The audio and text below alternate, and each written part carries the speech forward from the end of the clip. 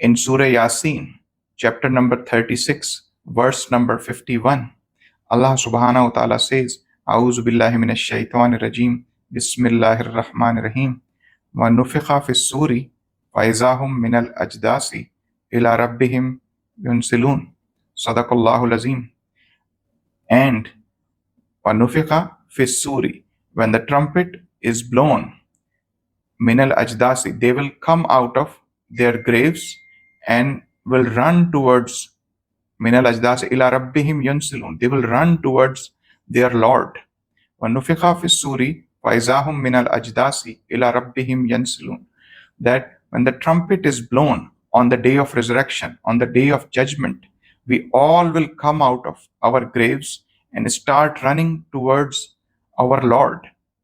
So we all need to see what we are doing today. What we are doing today, that we are busy in making these multi-million-dollar homes, in $100,000 cars, in our lifestyle and these brands. But what is the actuality? That Allah subhanahu wa ta'ala is saying that I have created you from dust. That's where we're going to take you back, and that's what we're going to lift you again on the day of judgment.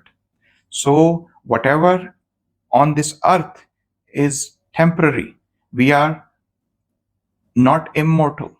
In Surah Rahman, chapter number 55, verse number 26 and 27, Allah subhanahu wa ta'ala says, A'udhu billahi minash shaitanir rajim, Bismillahir Rahmanir Rahim, Kullu man alayha fan, wa yabka wajhu rabbika zul jalali wal ikram. That everything on this earth is perishable. Kullu man alayha fan. Everything on this earth is perishable. Wa yabka wajhu rabbika zul jalali wal ikram. And the personality of your Lord is only remaining. Wa ma alayna illa al balahul mubin.